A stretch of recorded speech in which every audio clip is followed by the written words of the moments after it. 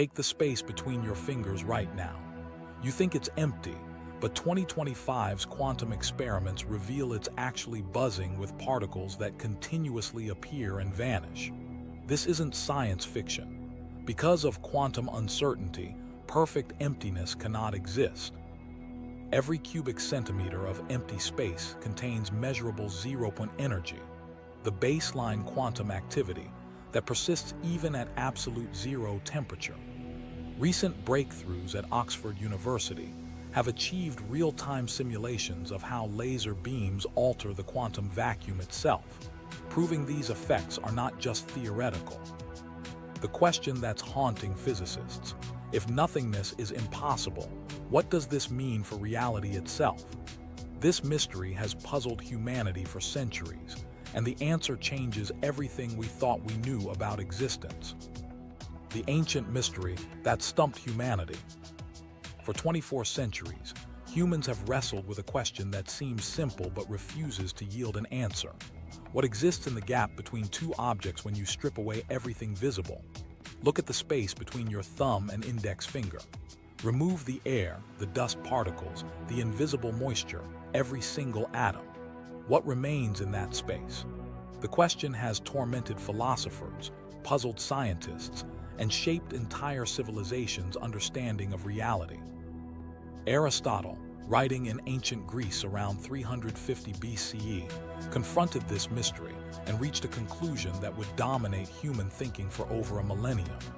The idea of true emptiness disturbed him deeply. It created logical paradoxes and seemed to violate the natural order. After careful consideration, he declared that nature abhors a vacuum. These four words became doctrine, carved into the foundation of human knowledge, and defended with religious fervor by scholars across Europe and the Middle East.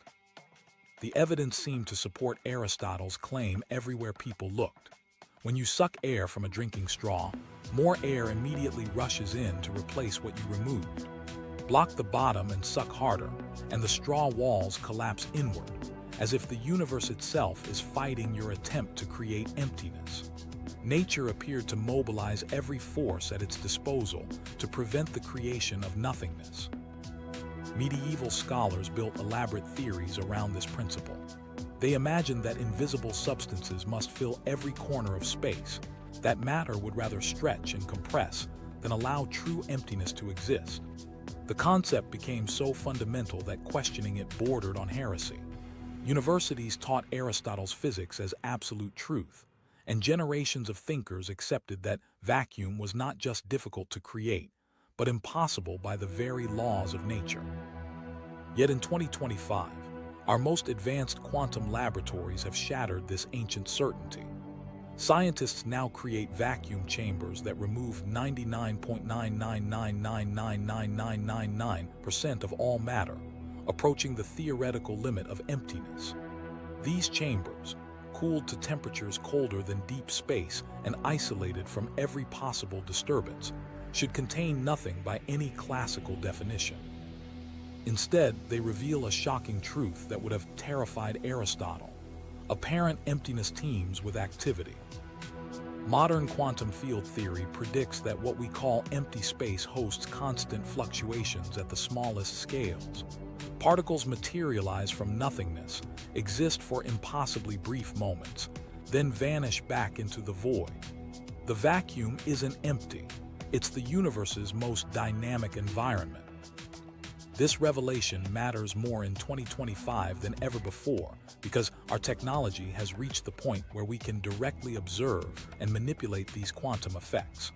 Particle accelerators now routinely create matter from apparent emptiness, proving that the void contains hidden creative potential.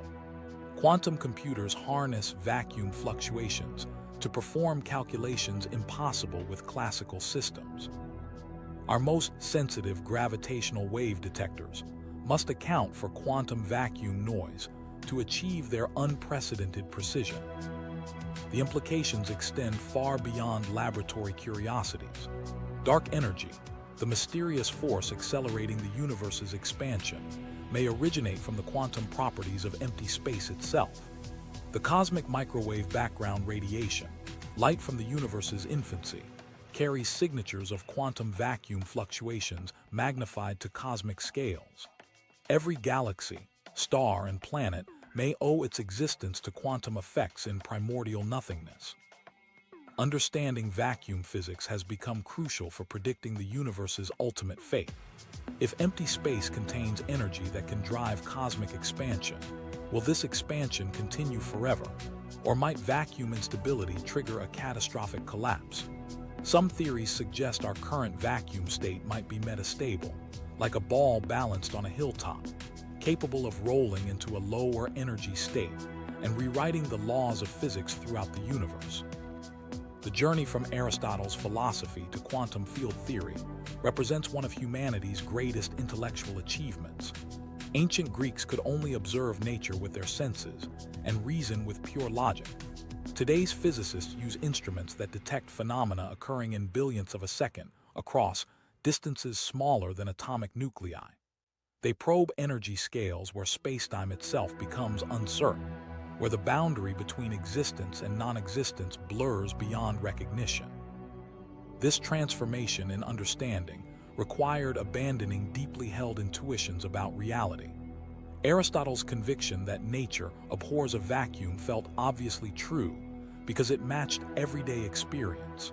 Yet quantum mechanics reveals that this intuition, like many others, fails at the fundamental level where reality operates according to principles that seem to violate common sense. The experimental proof continues mounting in 2025. Researchers at quantum optics laboratories measure vacuum fluctuations directly using superconducting circuits and laser interferometry. They observe how these fluctuations affect atomic energy levels, creating measurable shifts in spectral lines. Space-based experiments study vacuum properties in environments more isolated than any earthbound laboratory can achieve.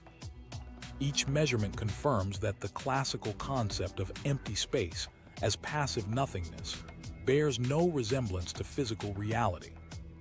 What emerges is a picture of existence where the void plays the leading role rather than serving as a passive backdrop. Vacuum fluctuations may explain why matter exists at all instead of having been completely annihilated by antimatter in the early universe. They might drive the formation of cosmic structure, influence the behavior of fundamental particles, and determine the stability of physical laws themselves. The ancient mystery that stumped humanity for millennia turns out to have an answer more strange and wonderful than any philosopher imagined. Nothingness isn't the absence of everything, it's the presence of infinite potential. Yet this understanding only emerged after centuries of Aristotelian doctrine were finally challenged by a simple but revolutionary experiment that would change everything. The first crack in reality's foundation. The breakthrough came from an unlikely source in 1640s Italy. Evangelista Torricelli, a mathematician working for Galileo, faced a practical problem that would accidentally crack open humanity's oldest mystery. Italian well diggers had discovered something disturbing. Their pumps could lift water only about 34 feet, no matter how powerful they made them.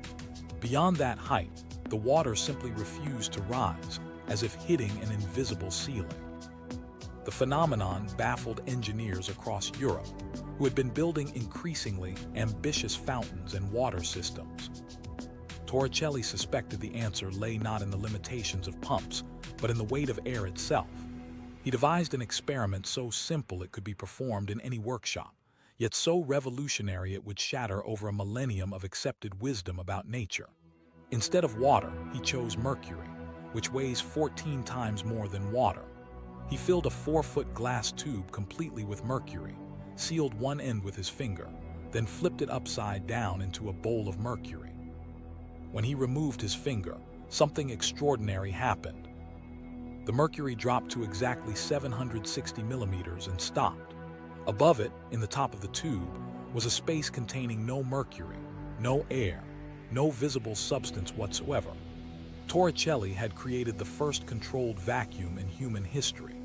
The empty space above the mercury column became known as the Torricellian vacuum, and it defied everything Aristotle had taught about nature's supposed hatred of emptiness. Here was nothingness, created not through some cosmic accident, but through simple mechanical means that anyone could reproduce. The implications hit the scientific community like an earthquake. If nature truly abhorred a vacuum, why didn't the mercury rise to fill the entire tube? Why did it stop at precisely 760 millimeters, leaving that mysterious empty space behind? Torricelli realized the answer revealed something profound about the world we inhabit. The mercury column was being held up by the weight of the entire atmosphere pressing down on the mercury in the bowl below. We live, he concluded, at the bottom of an ocean of air. This revelation transformed humanity's understanding of Earth's place in the cosmos.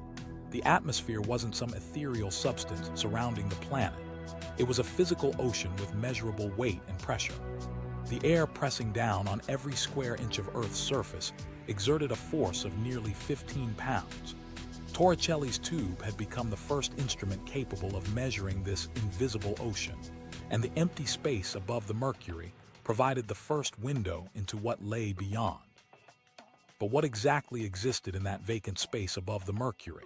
The tube contained no air, because air had been displaced by the mercury before the tube was inverted.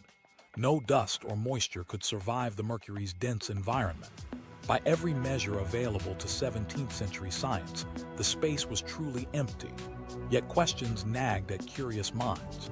If this space contained absolutely nothing, why didn't more mercury rise to fill it? What prevented nature from collapsing this void? The experiment sparked a frenzy of investigation across Europe.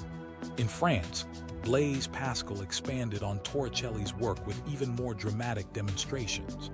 Pascal carried a mercury barometer up the Puy de Dôme mountain and observed something remarkable. The mercury level dropped significantly between the base and summit. This measurement proved that atmospheric pressure decreases with altitude, confirming that Earth's ocean of air had a definite top. Pascal's mountain experiment revealed the terrifying truth about space itself. If atmospheric pressure decreased with altitude, then at some height, it must disappear entirely. Beyond Earth's atmosphere lay a vacuum so vast it dwarfed any laboratory creation. The space between planets, between stars, between galaxies was empty in ways that challenged human comprehension.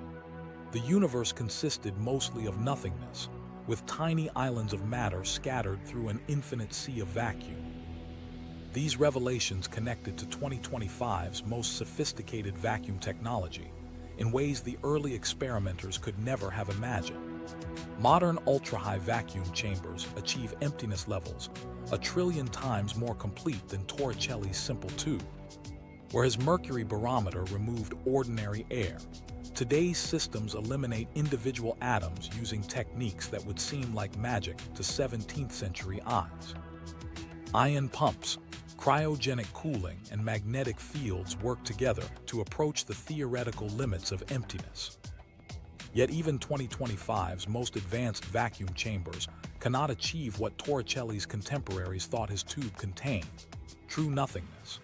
Quantum mechanics reveals that perfect vacuum violates fundamental physical principles. The uncertainty principle prevents any region of space from containing exactly zero energy for any measurable time. What 17th century scientists celebrated as empty space actually seethes with quantum activity, invisible to classical physics. The progression from Torricelli's mercury to modern quantum vacuum research illustrates humanity's expanding ability to probe reality's deepest levels. His glass tube revealed that emptiness could be created and measured. Today's instruments detect the quantum fluctuations that make true emptiness impossible. Both discoveries required abandoning intuitive assumptions about how the world works. Both revealed that reality operates according to principles that seem to violate common sense. Torricelli's simple experiment opened a door that science has been walking through for nearly 4 centuries. Each generation discovers new layers of complexity in what initially appeared to be simple emptiness.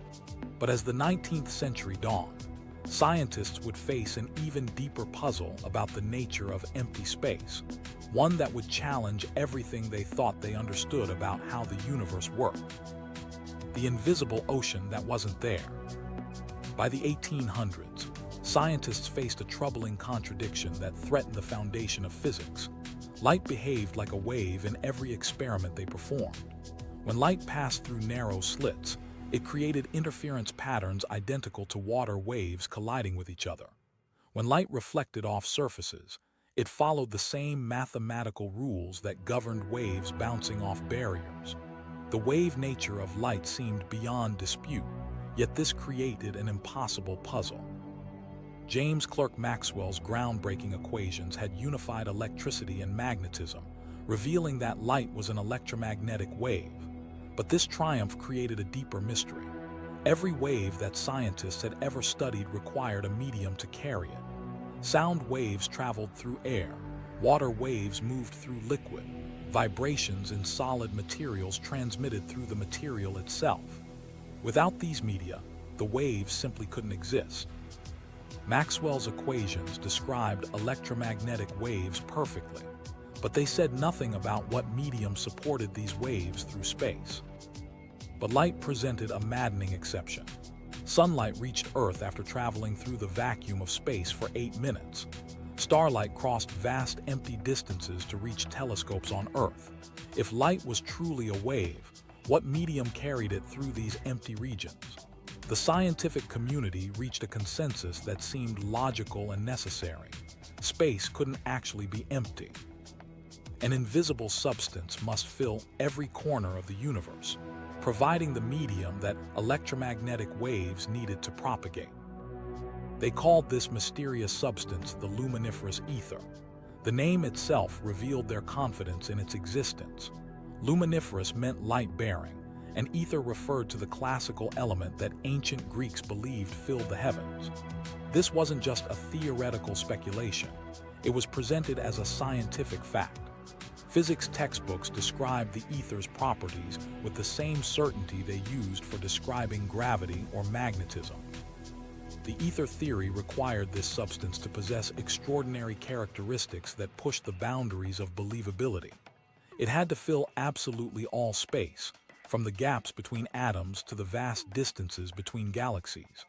Yet it had to be completely transparent, allowing light to pass through without any absorption or scattering. It needed to be massless, so it wouldn't affect the motion of planets and stars. It had to be frictionless, because celestial bodies showed no signs of slowing down as they moved through it. Most puzzling of all, the ether had to be completely undetectable by any mechanical means. Scientists couldn't feel it, weigh it, or see its effects on ordinary matter. It had to be rigid enough to support the rapid vibrations of light waves, yet flexible enough to allow solid objects to pass through it without resistance. These contradictory requirements should have raised red flags, but the alternative seemed worse. Without the ether, electromagnetic waves had no explanation for their existence. The pressure to detect and measure this cosmic fluid intensified throughout the 19th century. Scientific reputation and entire research careers hinged on solving the ether puzzle. Universities across Europe and America funded elaborate experiments designed to reveal the ether's properties. The most brilliant physicists of the era devoted their lives to this quest, convinced that understanding the ether would unlock the deepest secrets of the universe. The challenge seemed straightforward in principle, but proved impossible in practice. If Earth moved through the ether as it orbited the Sun, there should be an ether wind detectable from Earth's surface. This wind would affect the speed of light traveling in different directions, just as a river current affects the speed of boats traveling upstream versus downstream. Measuring these tiny speed differences would reveal the ether's properties and confirm its existence. But the ether defied every attempt at detection. Instruments capable of measuring incredibly small changes in light speed showed no variation in any direction. Experiments designed to detect ether currents found nothing. Sophisticated optical devices that should have revealed the ether's influence on light propagation produced null results. The harder scientists looked, the more elusive the ether became. The search for ether drove the development of precision measurement techniques that pushed 19th century technology to its absolute limits. Scientists built interferometers capable of detecting length changes smaller than a fraction of a light wavelength. They constructed rotating platforms to eliminate the effects of Earth's rotation. They performed experiments at different times of year when Earth's orbital motion changed direction. Every refinement in technique should have brought them closer to detecting the ether, but instead it confirmed its absence. Today's understanding of electromagnetic fields eliminates the need for any medium in space. Maxwell's equations, refined and confirmed by countless experiments, show that light is a self-sustaining oscillation of electric and magnetic fields. These fields don't require a substrate to exist. They are fundamental properties of space itself. Light waves propagate through vacuum, not because vacuum contains a hidden medium, but because electromagnetic fields can exist and oscillate in empty space. The mounting evidence against the ether created an increasingly desperate situation in physics. Every experiment designed to prove the ether's existence instead demonstrated its absence. Every refinement in measurement technique made the null results more definitive. The scientific community faced a choice between abandoning a theory that seemed logically necessary or accepting experimental results that defied their understanding of how waves should behave. This crisis demanded a definitive resolution. The most sophisticated measurement techniques of the era would need to be brought to bear on the problem. If the ether existed, even the most subtle effects of Earth's motion through it should be detectable with sufficient precision. The stage was set for an experiment that would either vindicate decades of ether theory or shatter the foundations of 19th century physics. The experiment that broke physics. Albert Michelson had already established himself as America's premier expert in precision optics when he partnered with Edward Morley in 1887 to conduct what they believed would be the definitive experiment of the century. Their goal seemed straightforward: measure Earth's motion through the luminiferous ether by detecting tiny variations in light speed. The scientific community waited with anticipation for results that would finally confirm the ether's existence and reveal its fundamental properties. Michelson and Morley constructed an interferometer of unprecedented sensitivity, capable of detecting speed differences as small as 1 part in 100 million. The device split a single beam of light into 2 perpendicular paths using a half-silvered mirror. One beam traveled east-west, the other north-south, before both reflected off mirrors and recombined. If Earth moved through the ether, the beam traveling parallel to Earth's motion should take slightly longer to complete its journey than the beam traveling perpendicular to it. The apparatus sat on a massive stone slab floating in a pool of mercury to eliminate vibrations that might obscure the delicate measurements. The entire setup could be rotated smoothly, allowing the experimenters to change the orientation of the light paths relative to Earth's motion. Theory predicted that rotating the apparatus would create a characteristic pattern of changes in the interference fringes, revealing both the direction and magnitude of Earth's ether wind. The mathematical prediction was clear and unavoidable. Earth orbits the Sun at roughly 30 kilometers per second, creating an ether wind that should affect light propagation. When light traveled against this wind, it should slow down, just like a swimmer struggling upstream. When light traveled with the wind, it should speed up. The interferometer would detect these speed differences by observing shifts in the interference pattern created when the 2 beams recombined. Michelson and Morley spent months calibrating their instrument and eliminating potential sources of error. They performed the experiment at different times of day to account for Earth's rotation. They repeated measurements across different seasons when Earth's orbital velocity pointed in different directions relative to the solar system. Every precaution was taken to ensure that when the ether wind finally revealed itself, no one could question the validity of the detection. The results shattered every expectation. No matter how they oriented the apparatus, no matter when they performed the measurements, the speed of light remained absolutely constant. The interference pattern showed no shifts, no variations, no hint of the ether wind that should have been easily detectable. Light traveled at exactly the same speed in all directions, completely independent of Earth's motion through space. The null result was so unexpected that Michelson and Morley initially assumed their experiment had failed. They checked and rechecked their apparatus, searching for systematic errors that might explain why they couldn't detect what should have been an obvious effect. The interferometer worked perfectly, producing clear interference patterns that responded predictably to deliberate disturbances. Yet it showed absolutely no evidence of the ether that every physicist knew must exist. The implications were staggering and immediate. If no ether wind existed, then the fundamental assumptions about light propagation were completely wrong. The scientific community faced a choice between clinging to increasingly desperate explanations or accepting that their understanding of electromagnetic waves needed complete revision. Albert Einstein provided the revolutionary solution in 1905 with his special theory of relativity. Einstein proposed that light needs no medium to propagate, and that the speed of light in vacuum represents a fundamental constant of nature. Space and time themselves adjust to ensure that all observers measure the same light speed, regardless of their motion.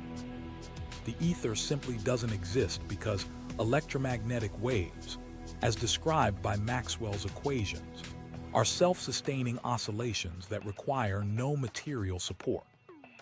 Einstein's insight transformed the null result from a failure into a triumph. The Michelson-Morley experiment hadn't failed to detect the ether. It had successfully demonstrated that empty space could indeed be truly empty. Light propagates through vacuum not because vacuum contains a hidden substance, but because electromagnetic fields can exist and oscillate without any underlying medium. Modern laser interferometry has elevated the precision of these measurements to levels that would astound Michelson and Morley. Today's gravitational wave detectors use laser interferometers billions of times more sensitive than the 1887 apparatus. The Laser Interferometer Gravitational Wave Observatory can detect length changes smaller than 1,100,000, the width of a proton. Yet these instruments continue to confirm that light speed remains absolutely constant in all directions. The technological sophistication of 2025's experiment provides overwhelming confirmation of Einstein's insights. Atomic clocks synchronized by laser pulses maintain accuracy to within nanoseconds across continental distances. Global positioning satellites rely on the constancy of light speed to provide navigation accuracy within meters. Every measurement continues to support the conclusion that light propagates through genuine vacuum without requiring any underlying medium. The Michelson-Morley experiment marked the end of classical physics and the beginning of the modern era.